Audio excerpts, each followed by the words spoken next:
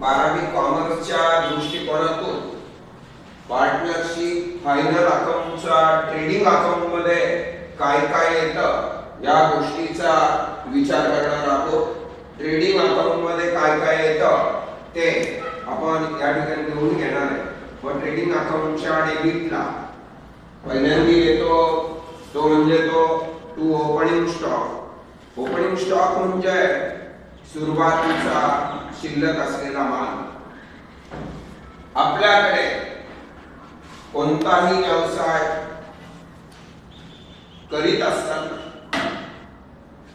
आपण प्रत्येक दिवसाच्या सुरुवातीला किंवा वर्षाच्या सुरुवातीला मागचा जो स्टॉक असतो तो मागच्याचा क्लोजिंग आणि ह्या वर्षाचा ओपनिंग म्हणून ओपनिंग स्टॉक हा ट्रेडिंग अकाउंटच्या डेबिटला तो ओपनिंग स्टॉक म्हणून लिहिला जाईल। त्याच्यानंतर आपण माल खरेदी करतो, कारण नुसत्या ओपनिंग स्टॉकवर आपलं वर्षभर काम चालणार नाही।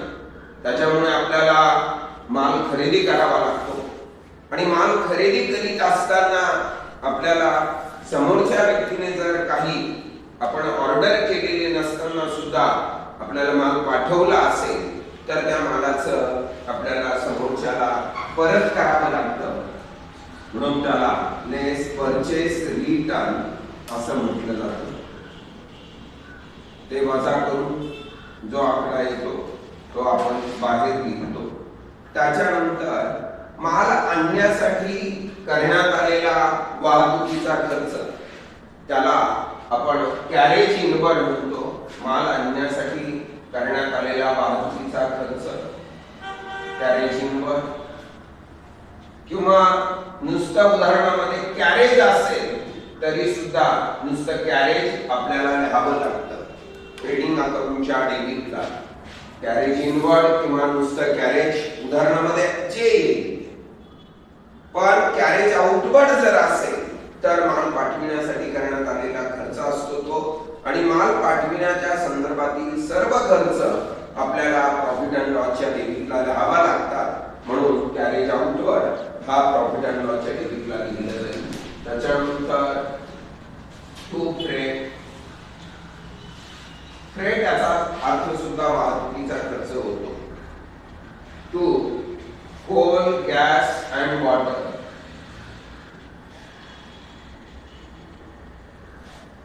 कोळसा, गॅस आणि पाणी हे उत्पादनाच्या संदर्भातील म्हणजे प्रोडक्शनच्या संदर्भात वापरलं जाणारं मटेरियल आहे, आणि वापरलं जाणारं मटेरियल असल्यामुळं ट्रेडिंग अकाउंटच्या डेबिटला coal, gas and water, power and fuel,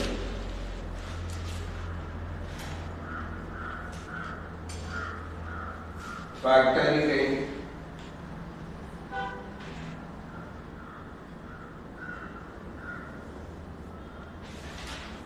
factory lighting,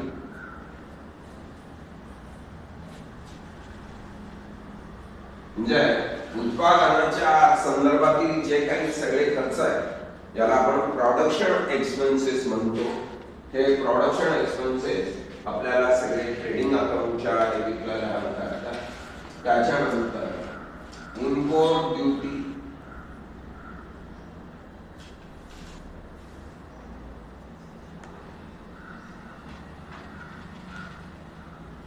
ऑक्ट्रा, ऑक्ट्रा याचा अर्थ होतो जकात। पूर्वी माल आणण्यासाठी ज्यावेळेस तो शहरामध्ये माल पोहोचवला जायचा त्यावेळेस त्या ठिकाणी जकात नाके हे उपलब्ध होते, आणि त्या जकात नाक्यावर आपल्याला ती जकात भरावा लागायची आणि त्याच्यानंतर तो माल आपल्याला मिळायचा। म्हणजे म्हणून ऑक्ट्रा माल आणण्यासाठी हा खर्च येतो। त्याच्यानंतर works manager salary, works manager salary, works manager salary याचा अर्थ होतो आपण जी काही उत्पादनाच्या कामावर नियंत्रण ठेवणारी व्यक्ती। म्हणजे उदाहरणार्थ एखाद्या व्यक्तीकडे आता समजा समजा 50 एकर 100 एकर क्षेत्र आहे आणि घरातील आणि एकच भाऊ आहे, तर त्या भावाला सगळी प्रॉपर्टी वर किंवा त्या 50 एकरावर स्वतःला एकट्याला लक्ष ठेवणं शक्य होत नाही. म्हणून तो काय करतो, आपल्या अंडर एका व्यक्तीची नेमणूक करतो आणि त्याला सांगतो, भाऊ हे सगळं तू मॅनेज करायचं, मी तुला सांगतो तेवढ्या कामाची यादी दिवसभरात पूर्ण झाली पाहिजे, त्या कामावर तूच नियंत्रण ठेवायचं, कर्मचाऱ्यांना तूच हँडल करायचं, ही सगळी जबाबदारी जी व्यक्ती सांभाळते त्या व्यक्तीला वर्क्स मॅनेजर सॅलरी दिली जाते. म्हणून उत्पादनाच्या संदर्भातील कामावर नियंत्रण ठेवण्यासाठी जो काही पगार दिला जातो त्या पगाराला सॅलरी असं म्हटलं जातं.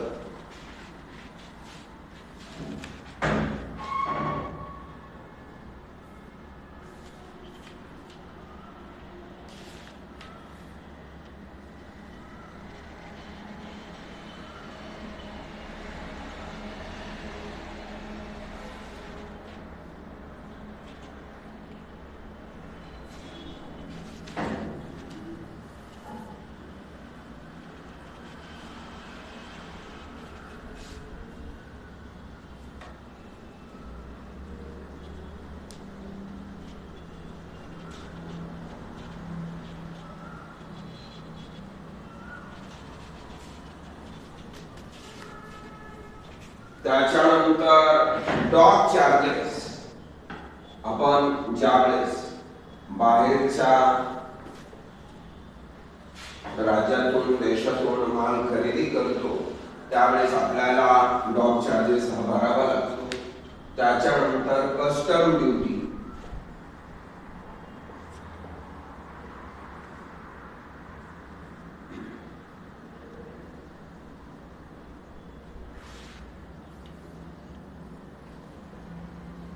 फॅक्टरी इन्शुरन्स,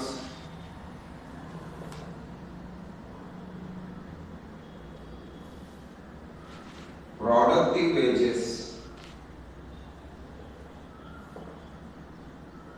आता प्रोडक्टिव्ह वेजेस म्हणजे उत्पादनाच्या संदर्भातील मजुरी आणि अनप्रोडक्टिव्ह म्हटलं की ती प्रॉफिट अँड लॉस अकाउंटच्या डेबिटला दिली जाईल. म्हणून प्रोडक्टिव्ह वेजेस हे ट्रेडिंगला जातील आणि अनप्रोडक्टिव्ह वेजेस हे प्रॉफिट अँड लॉसला जातील. म्हणून जर उदाहरणामध्ये प्रोडक्टिव्ह आणि अनप्रोडक्टिव्ह आलं तर आपल्याला ते प्रोडक्टिव्ह ट्रेडिंग अकाउंटला लिहावं लागेल आणि अनप्रोडक्टिव्ह प्रॉफिट अँड लॉसच्या डेबिटला लिहावं लागेल.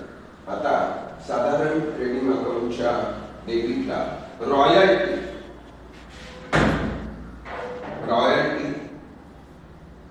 रॉयल्टीचा अर्थ काय होतो, तर रॉयल्टी याचा अर्थ होतो उत्पादनाच्या संदर्भात जी जागा वापरली त्या जागेच्या मोबदल्यात उत्पादनाच्या प्रमाणात दिले जाणारे मानधन म्हणजे रॉयल्टीज होय.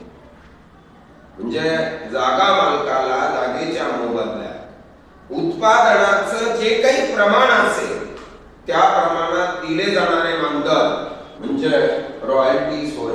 म्हणून रॉयल्टीज हा आयटम ट्रेडिंग अकाउंटच्या डेबिटला आपल्याला लिहावा लागतो आणि साधारण ट्रेडिंग अकाउंटच्या डेबिटला आपल्याला एवढे आयटम येतात. त्याच्यानंतर आपल्याला डेबिट बाजूला ट्रेडिंग अकाउंटच्या डेबिटला बाजूला एवढे आयटम येतात. ट्रेडिंग अकाउंटच्या क्रेडिट बाजूला पहिलाच आयटम असतो तो म्हणजे सेल्स. सेल्स याचा अर्थ होतो आपण माल विकला. मग जी वस्तू आपल्याकडून जाते त्या वस्तूला आपण क्रेडिट देतो म्हणून ट्रेडिंग अकाउंटच्या क्रेडिटला बाय सेल्स. त्याच्यानंतर तो माल विकल्यानंतर जर आपल्याला एखाद्या कस्टमर त्याला जो माल पाहिजे होता, जी क्वालिटी पाहिजे होती ती क्वालिटी त्याला मिळाली तर तो माल आपल्याला तो परत आणून देतो. म्हणून तेवढा माल परत आला म्हणून लेस सेल्स रिटर्न. त्याच्यानंतर goods destroyed by fire. आपला माल जळून खाक झाला. Destroyed by fire. मालाचं जळून नुकसान झालं. नुकसान झालेला माल आपल्याकडून माल गेला. जी वस्तू आपल्याकडून जाते तिला आपण क्रेडिट देतो, म्हणून ट्रेडिंग अकाउंटच्या क्रेडिटला by goods destroyed by fire. आता ह्या गुड्स डिस्ट्रॉइड बाय फायरचे तुम्हाला साधारण 3 इफेक्ट द्यावे लागतात. एक म्हणजे गुड्स डिस्ट्रॉइड म्हणजे तेवढा माल आपल्याकडून गेला, मग तेवढ्या मालाची नोंद, जेवढा माल गेला तेवढ्या मालाची नोंद आपल्याला ट्रेडिंग अकाउंटच्या क्रेडिटला करावी लागेल. त्याच्यानंतर आपल्याला इन्शुरन्स क्लेम जर इन्शुरन्स कंपनीकडून मिळाला तर तेवढे पैसे आपल्याला मिळणार, म्हणून येणारी रक्कम आपण नेहमी बॅलन्स शीटच्या ॲसेट साईडला लिहितो. म्हणून ॲसेट साईडला लिहिलं जाईल गुड्स आपलं इन्शुरन्स क्लेम रिसिवेबल. बॅलन्स शीटच्या ॲसेट साईडला लिहिलं जाईल इन्शुरन्स क्लेम रिसिवेबल. आता समजा तुमचा माल 10,000चा झाला आणि इन्शुरन्स कंपनीने तुम्हाला 6,000चा क्लेम पास केला, तर 6,000 रुपये तुम्हाला बॅलन्स शीटच्या ॲसेट साईडला इन्शुरन्स क्लेम रिसिवेबल म्हणून द्यावे लागतील. आणि त्याच्यानंतर त्याचा जो काही फरक आहे तो फरक तुम्हाला प्रॉफिट अँड लॉस अकाउंटच्या डेबिटला टू लॉस बाय फायर असं म्हणून 4,000चा फरक तुम्हाला प्रॉफिट अँड लॉसच्या डेबिटला लिहावा लागेल. अशा पद्धतीने तो पॉइंट क्लिअर होईल. त्याच्यानंतर by goods distributed as free sample. आपण आपला जो माल आहे, आपल्याकडे जे माल आहे तो माल फ्री मध्ये वाटतो. आणि फ्री मध्ये वाटण्यामागचा हेतू काय असतो, तर आपल्या मालाची जाहिरात व्हावी.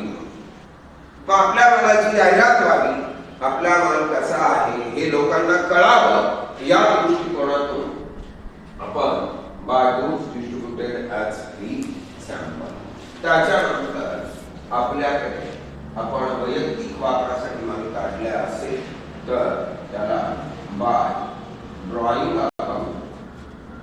ज्या पार्टनरनी तो माल काढलेला त्या पार्टनरच्या डेबिटला आणि ट्रेडिंग अकाउंटच्या क्रेडिटला असे 2 इफेक्ट प्रत्येक ॲडजस्टमेंटचे आपल्याला 2 इफेक्ट द्यावे लागतील. प्रत्येक ॲडजस्टमेंटचे आपल्याला 2 इफेक्ट द्यावे लागतील. त्याच्यानंतर आपला शेवटच्या दिवशी शिल्लक असलेला माल, ज्याला आपण क्लोजिंग स्टॉक म्हणतो, ट्रेडिंग अकाउंटच्या क्रेडिटला बाय क्लोजिंग स्टॉक आणि